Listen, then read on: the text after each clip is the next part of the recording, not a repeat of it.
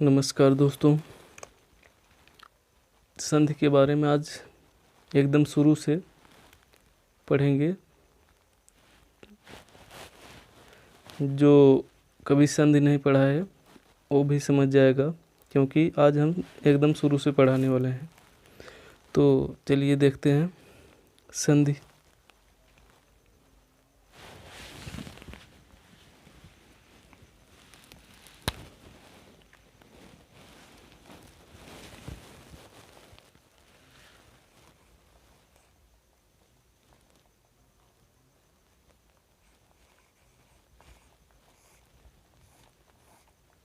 संधि देख लेते हैं।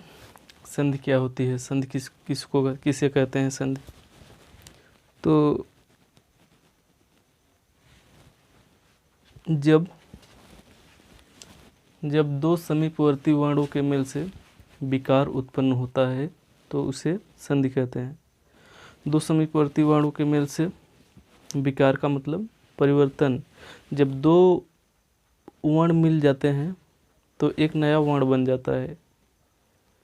जब दो वर्ण मिलेंगे तो परिवर्तन होगा और एक नया वर्ण बन जाएगा। इसी को क्या कहते हैं, संधि। तो संधि किसे कहते हैं देख लेते हैं।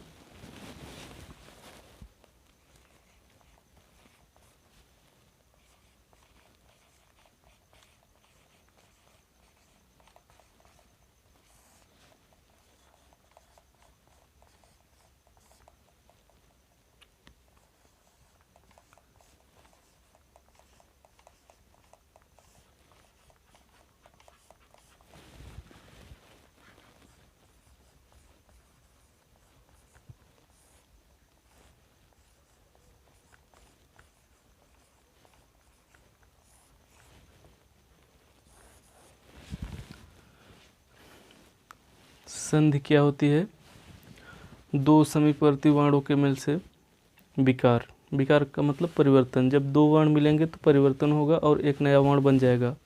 तो इसी को क्या कहते हैं, संधि कहते हैं। और जैसे देख लेते हैं एक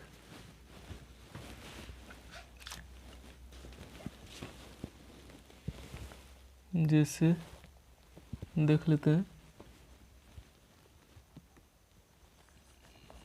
जैसे हो गया देव धन आलय। तो संधि में क्या होता है, दो समीपवर्ती वर्णों के मेल से विकार उत्पन्न होता है। समीपवर्ती वर्ण कौन कौन से हैं, जब दोनों शब्दों को जोड़ेंगे तो कौन से वर्ण मिलेंगे, किस वर्ण का मेल होगा। देखिए समीपवर्ती वर्ण, समीप कौन सा आएगा वर्ण, ये व आएगा और आ आएगा। तो दो समीपवर्ती वर्ण यही होंगे जो दोनों सामने आए हैं। तो ए वर्ण है और ए वर्ण जब मिल जाएंगे तो हो जाएगा देव धन आलय से हो जाएगा देवालय। क्या हो जाएगा, देवालय। तो इसमें ए वर्ण मिला और इसमें ए वर्ण मिला। कहने का मतलब देव में व वर्ण मिला और आलय में आ, व और आ मिलकर वा बन गया। ठीक है, हो गया देवालय। देवधन आलय बराबर देवालय हो गया। तो संधि में कौन कौन से वर्ण मिलते हैं, संधि में कौन कौन से वर्ण मिलते हैं। प्रथम शब्द का अंतिम वर्ण। तो प्रथम शब्द ए है, प्रथम शब्द का अंतिम वर्ण मिलेगा। और द्वितीय शब्द का, ये द्वितीय शब्द है मतलब दूसरा शब्द, दूसरे शब्द का प्रथम वर्ण मिलता है। ठीक है, दूसरा शब्द है इसमें पहला वर्ण लेते हैं। तो पहला वर्ण आ है, आ लिए हैं इसमें, और देव में अंतिम वर्ण वह है तो वह लिए हैं। ठीक है, तो यही है संधि। आगे देखते हैं।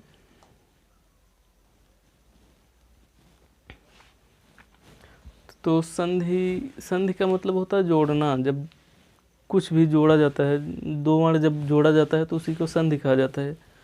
और विच्छेद, विच्छेद क्या होता है? विच्छेद का मतलब होता है तोड़ना। कहने का मतलब संधि को दो भागों में बांट देना। विच्छेद का मतलब ही होता है अलग करना। तो संधि और विच्छेद समझ गए होंगे, तो आगे देखते हैं, संधि के प्रकार देख लेते हैं।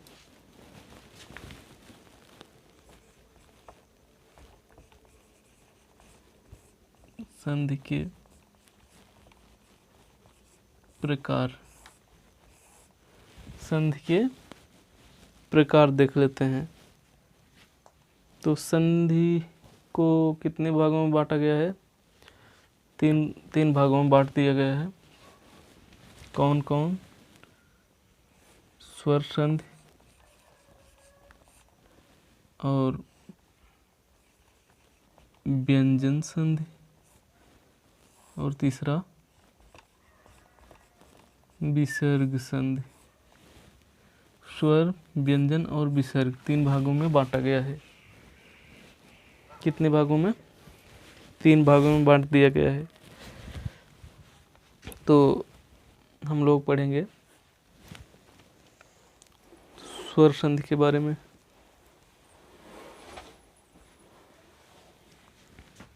तो देख लेते हैं स्वर संधि को।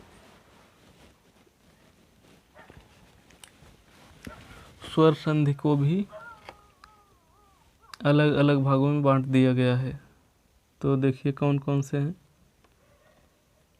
स्वर हैं, स्वर को आज देखेंगे। तो स्वर पहला है दीर्घ स्वर, दीर्घ स्वर संधि।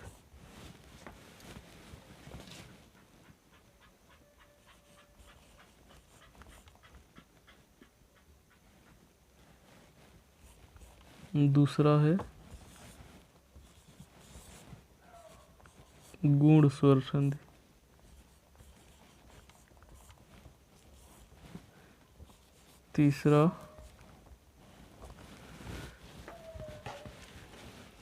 तीसरा है वृद्धि संधि,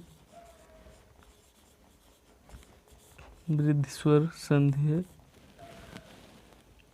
और चौथा है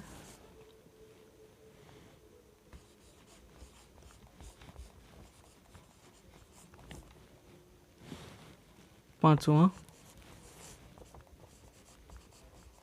आयादी स्वर संधि। तो स्वर संधि को 5 भागों में बांट दिया गया है। दीर्घ स्वर संधि, गुण स्वर संधि, वृद्धि स्वर संधि, यण स्वर संधि और आयाद स्वर संधि। तो पांचों को बारी बारी से देख लेते हैं। तो पहले दीर्घ स्वर संधि को देख लेते हैं। दीर्घ स्वर संधि को देखते हैं। इसमें दीर्घ स्वर संधि में 2 स्वर वर्ण मिलते हैं जब, तो मिलने के बाद जो परिवर्तन होता है, नया वर्ण बनता है, वो दीर्घ वर्ण बनता है। कहने का मतलब 2 मात्रा वाला वर्ण हरदम बनता है दीर्घ में। दीर्घ स्वर संधि में जब वर्ण मिलते हैं तो हरदम दीर्घ ही बनता है, इसलिए इसका नाम दीर्घ स्वर संधि है। ठीक है।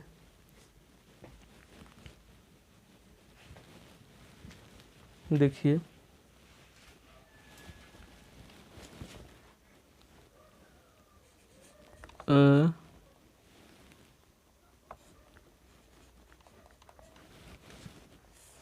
या आ,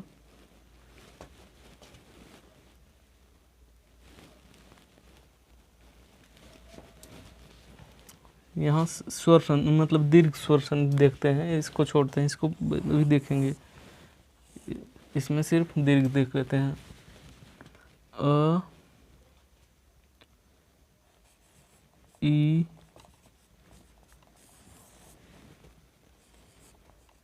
उ,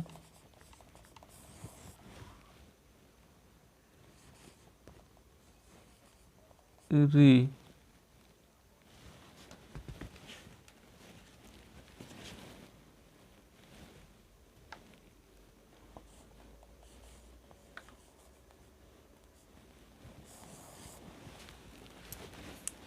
अ या आ के बाद अ या आ आए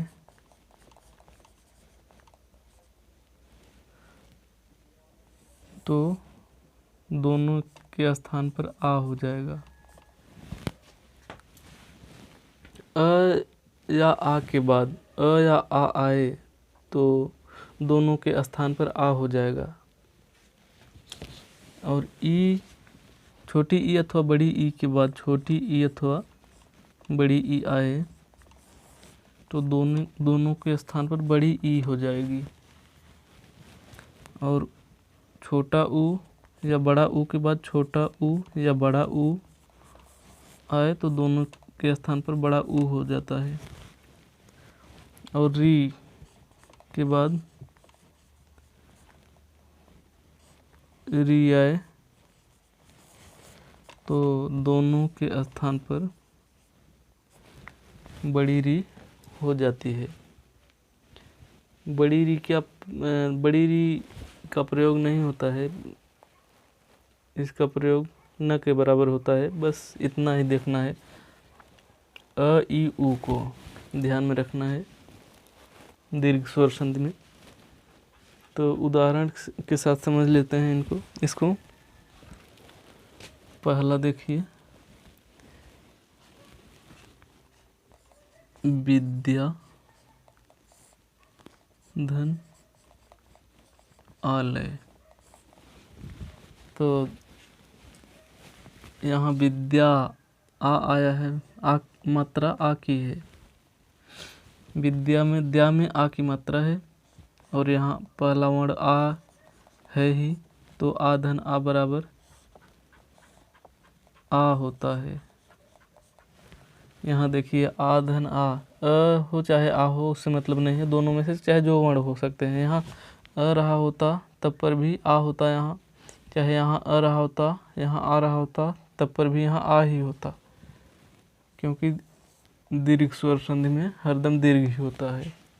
जब दो वर्ण मिलते हैं तो दीर्घ ही होता है इसमें। तो विद्या धन आलय बराबर, जब यहाँ आ हो गया तो विद्या धन आलय बराबर हो जाएगा विद्यालय। क्या हो गया? विद्यालय, क्योंकि यहाँ आ हो गया है, आ की मात्रा आ गई है। आ की मात्रा यहाँ तो पहले से ही थी, लेकिन न रही होती तब पर भी यहाँ आ की मात्रा आ जाती, क्योंकि दीर्घ हो जाता है तो दीर्घ आ दीर्घ होगा। ठीक है।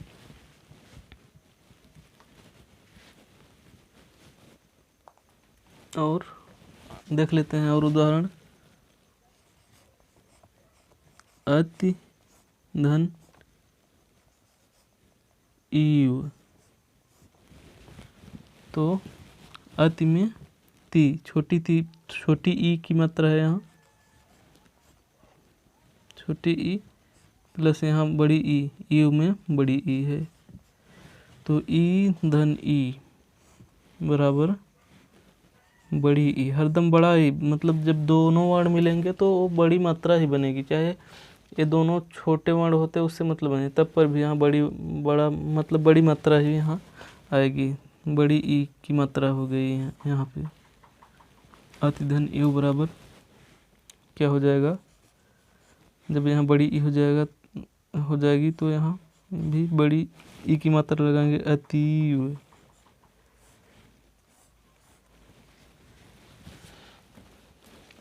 क्या हो गया? अतीव हो गया। तो ये दीर्घ स्वर संधि आप लोगों को समझ में आया होगा। दीर्घ स्वर संधि को देख चुके, अब गुण स्वर संधि को देख लेते हैं।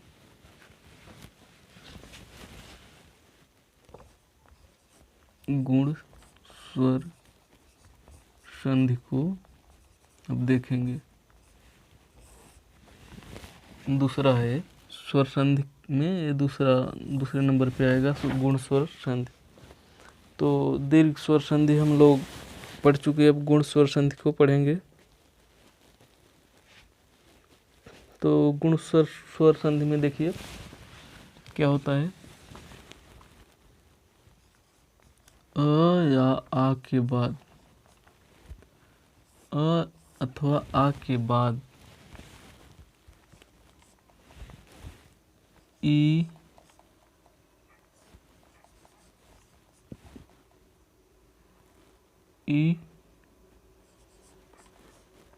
उ री, ई उ री, इनमें से वर्ण आते हैं तो अ या आ के बाद यहाँ भी लिख लीजिए, अ या आ के बाद यहाँ भी आ के बाद देखिए, अ या आ के बाद ई आए तो मिलकर क्या हो जाएगा, ए हो जाएगा। ए कहने का मतलब ए की मात्रा, और अ या आ के बाद उ आए तो ओ हो जाएगा, ओ हो जाएगा। तो ओ की मात्रा ए है, और अ या आ के बाद री आए तो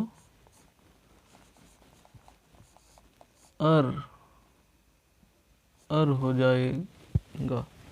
ठीक है, यही है गुण स्वर संधि। तो उदाहरण देख लेंगे तो पूर्ण रूप से समझ में आ जाएगा।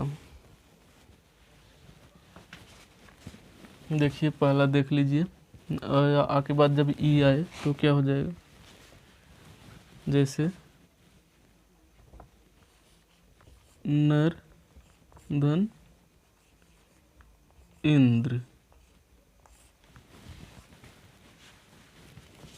तो नर र में अ की मात्रा आई है, र में अ की मात्रा है, और ई,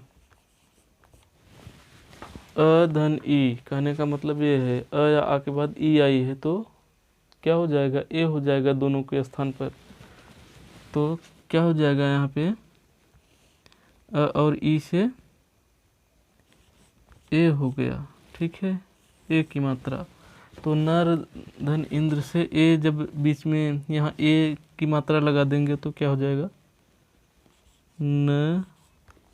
नरेंद्र, क्योंकि र पे ए की मात्रा यहाँ लगा दिए हैं, ए हो जाता है ना, यहाँ देखिए ए हो जाता है, ऊपर ए की मात्रा लगा दिए तो हो गया नरेंद्र। ए भी समझ में आया होगा। और उदाहरण, एक उदाहरण और देखिए, वीर धन उचित, तो इसमें देखिए वीर, र मतलब अ की मात्रा है र में, प्लस उचित में उ की मात्रा है ही, उ मतलब उ वर्ण है, उ मात्रा है ही। तो अ या आ के बाद जब उ आता है तो दोनों के स्थान पर क्या हो जाता है, ओ हो जाता है। तो अ और उ आया है तो दोनों के स्थान पर क्या हो जाएगा, ओ हो जाएगा। तो वीर धन उचित है तो जब ओ की मात्रा यहाँ लगा देंगे तो क्या हो जाएगा, वीरोचित। रो यहाँ पर क्यों हो गया, क्योंकि ओ हो जाता है, ओ की मात्रा जब यहाँ लगाएंगे तो रो हो जाएगा। तो क्या हो गया, वीरोचित।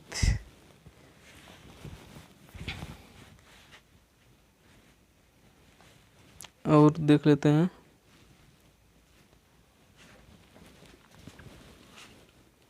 देव धन ऋषि, देवधन ऋषि। तो देव व में अ है, कहने का मतलब अ की मात्रा है व में, धन री, ये क्या हो जाएगा, अ और री क्या हो जाएगा, देखिए अ या आ के बाद री आए तो अर हो जाता है, तो यहाँ अर हो गया, कहने का मतलब उड़ंतु अर हो जाएगा, रेफ वाला वर्ड हो जाएगा, रेफ जो लगता है, तो देवर्षि हो गया। यहाँ उड़ंतु अर मतलब रेफ वाला बोलते हैं इसको, रेफ वर्ड, तो ये वाला मात्रा यहाँ पर लगा दिए तो देवर्षि हो गया। ये गुण स्वर संधि था, इसको भी आप लोग समझ गए होंगे। अगर समझ गए हों तो चलिए अब चलते हैं। तीसरी संधि क्या है, वृद्धि संधि को पढ़ेंगे अब।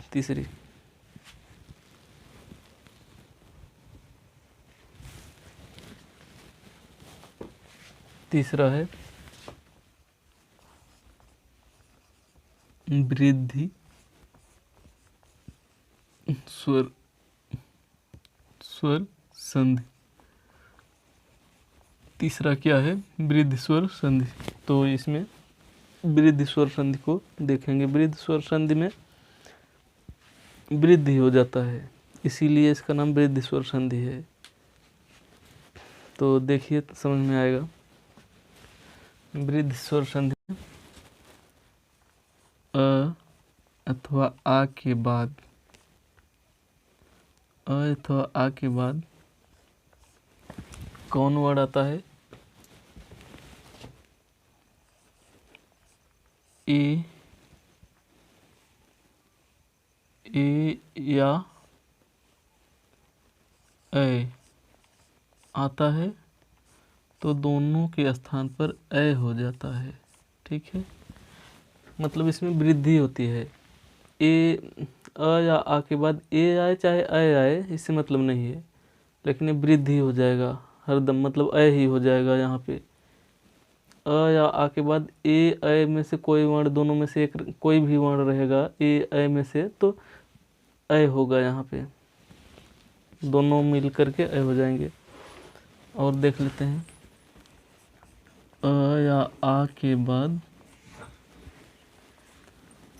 ओ या औ आए, ओ या औ आए तो दोनों के स्थान पर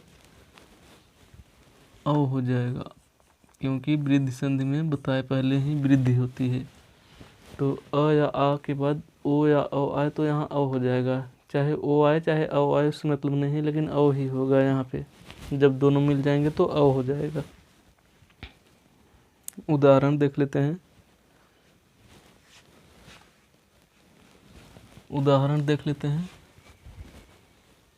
इस ये जो है इसका उदाहरण देखेंगे।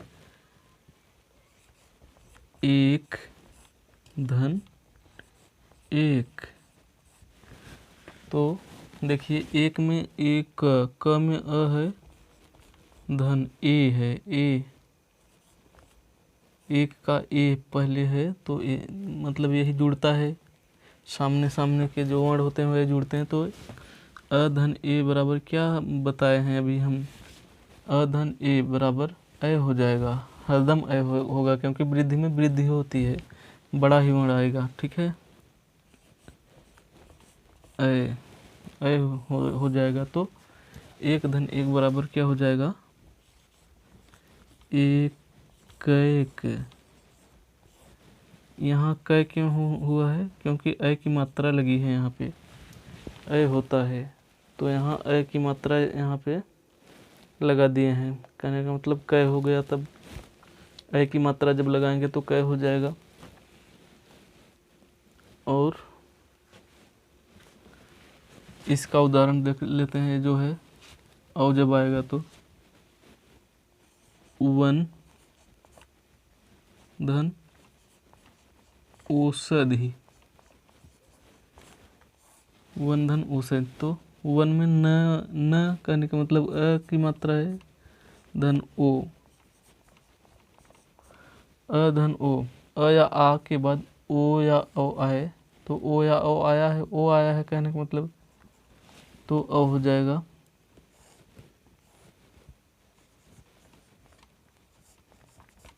अ हो जाएगा।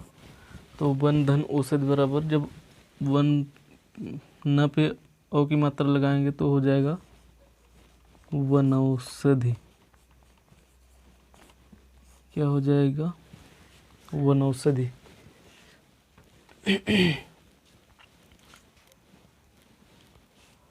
अगर वन धन औषधि न रहकर औषधि रहा होता तब पर भी यही होता, अव ही होता, क्योंकि ओ हो चाहे अव ही होगा। चाहे यहाँ पे एक धन एक रहा होता, चाहे एक धन एक रहा होता, उससे मतलब नहीं है। यहाँ अ रहा होता तब पर भी यहाँ अ ही होता, क्योंकि यहाँ देखिए ए या अ दोनों में से कोई भी वर्ण हो, अ ही होगा मिलने के बाद। तो ये भी समझ गए होंगे आप लोग उदाहरण से।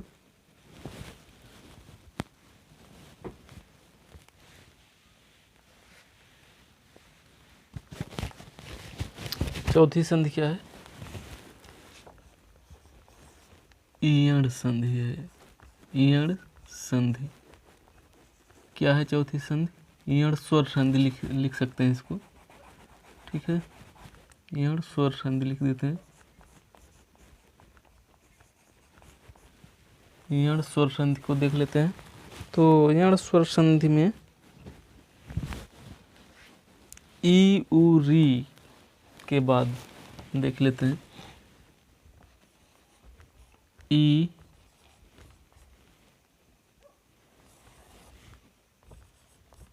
उ री के बाद कोई भिन्न स्वर आता है। ई उ री के बाद ई उ री के बाद कोई भिन्न स्वर आता है।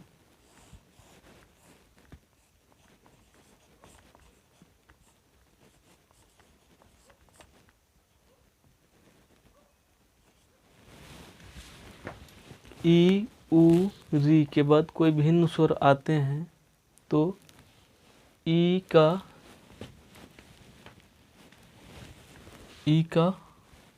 के जगह पे य हो जाता है, उ के जगह पर व हो जाता है, री के जगह पर र हो जाता है। क्या हो जाता है?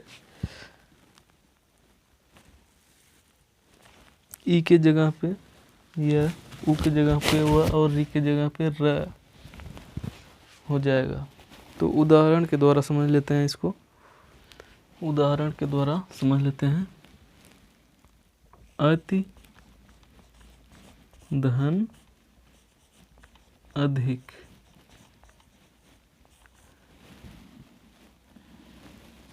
तो यहाँ अति ती कहने का मतलब ती है तो ई, ती ई की ही मात्रा है तो ई धन अ, ई धन अ बराबर क्या हो जाएगा? क्या हो जाएगा? ई के बाद भिन्न स्वर आया है तो क्या हो जाएगा? यह होता है ना, यह। तो क्या हो जाएगा? यहाँ पे यह हो गया। तो पूरा जब जोड़ देंगे तो क्या हो जाएगा? अति धन अधिक बराबर अत्यधिक,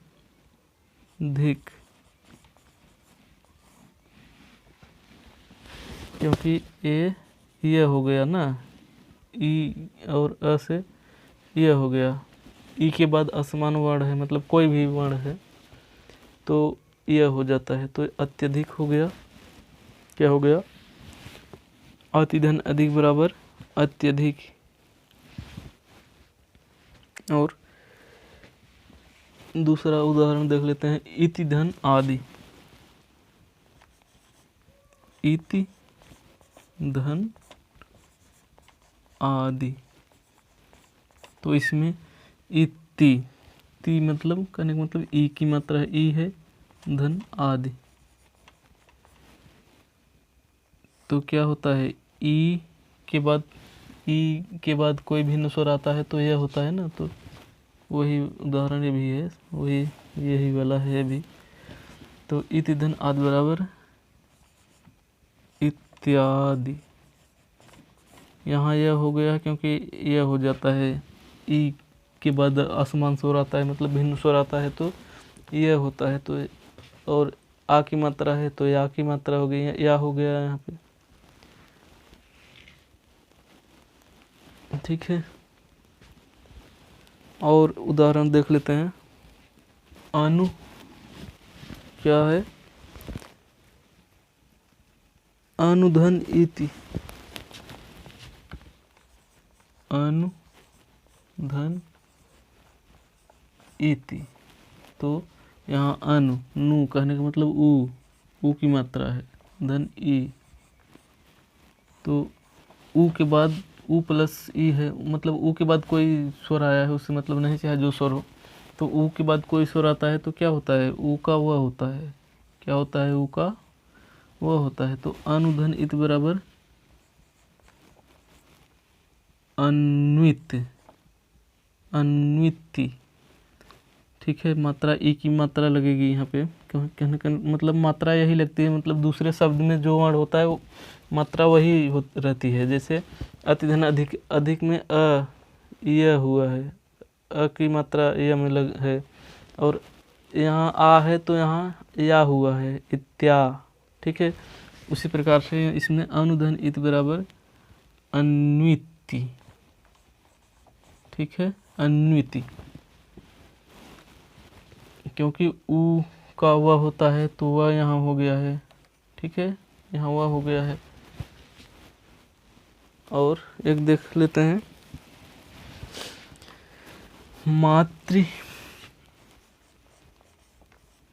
मातृ धन आज्ञा, मातृधन आज्ञा, त्रि कहने का मतलब री की मात्रा है, धन आ, तो री के बाद कोई असमान वर्ण मतलब भिन्न स्वर आता है तो री का र हो जाता है, क्या हो जाता है, र। तो मातृधन आज्ञा बराबर क्या हो गया, मात्राज्ञा।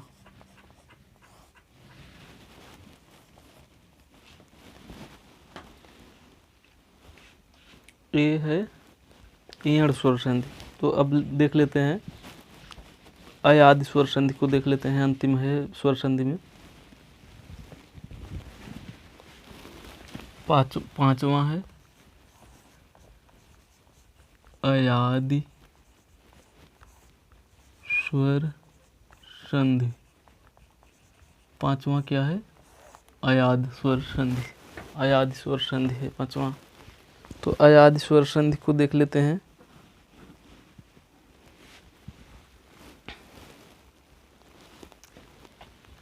ए ऐ ओ औ के बाद भिन्न स्वर आता है, कोई भी भिन्न स्वर आता है, भिन्न स्वर का मतलब कोई अलग स्वर, इससे इसके अलावा कोई अलग स्वर आता है तो क्या होता है, ए ऐ ओ औ के बाद भिन्न स्वर आता है। तो ए ऐ ओ औ के बाद देखिए, ए ऐ ओ औ के बाद ओ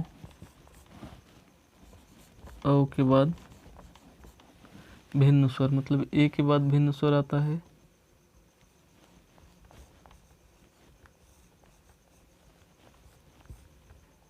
ए के बाद भिन्न स्वर आता है तो क्या हो जाता है, अय हो जाता है। और अय के बाद भिन्न स्वर आता है तो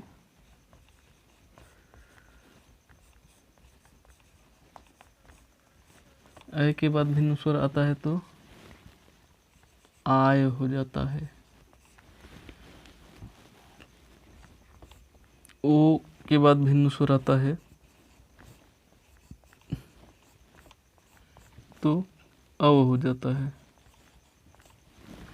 और औ के बाद भिन्न स्वर आता है तो आव हो जाता है। ठीक है, ए के बाद भिन्न स्वर आए तो अय हो जाएगा, ऐ के बाद भिन्न स्वर आए तो आय हो जाएगा, और ओ के बाद भिन्न स्वर आए तो अव हो जाएगा, और अव के बाद भिन्न स्वर आए तो आव हो जाएगा। तो इसको अब उदाहरण के साथ समझ लेते हैं। पहला देख लीजिए, ने धन अन।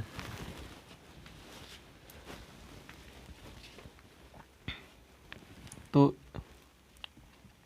ने धन अन बराबर क्या हो जाएगा,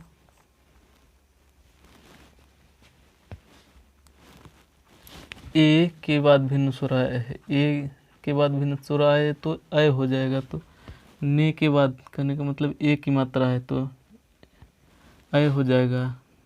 तो नय हो जाएगा, यहाँ पे क्या हो जाएगा, नय, नयन, क्या हो गया, नयन हो गया। और दूसरा क्या है, दूसरा है नय धन अक। नय धन अक है तो कहने का मतलब अय की मात्रा है, यहाँ पे देखिए अय का आय होता है तो नाय हो जाएगा, नायक। और तीसरा उदाहरण देख लेते हैं, पो धन अन। पो धन अन बराबर क्या हो जाएगा, पो कहने का मतलब ओ की मात्रा है तो अव हो जाता है तो पव हो जाएगा, यहाँ पे पवन। और तीसरा है, चौथा है भाव धन उक। भाव धन उक बराबर क्या हो जाएगा, भाव कहने का मतलब अव की मात्रा है, भाव की मात्रा भाव हो तो अव का आव होता है तो भाव का भाव हो जाएगा, भाव उक, उ की मात्रा है ना तो उक हो जाएगा, हो गया। देखिए ए का अय होता है तो ने का नय हो जाएगा, नयन। और अय का आय होता है तो नय का, जब अय है तो आय हुआ है, अय तो नय है तो नाय, नाय हो जाएगा, आय नाय। और ओ है तो अव हुआ है, पो है तो पव हो जाएगा, अव है तो आव हुआ है, भाव है तो भाव हो जाएगा, भावुक। तो इस वीडियो में स्वर संधि समाप्त हुई। यदि ये वीडियो आप लोगों को अच्छा लगा हो तो चैनल को सब्सक्राइब करिए। हम मिलेंगे आप लोगों से इसी तरह के एक नए वीडियो में। तब तक के लिए जय हिंद, जय भारत।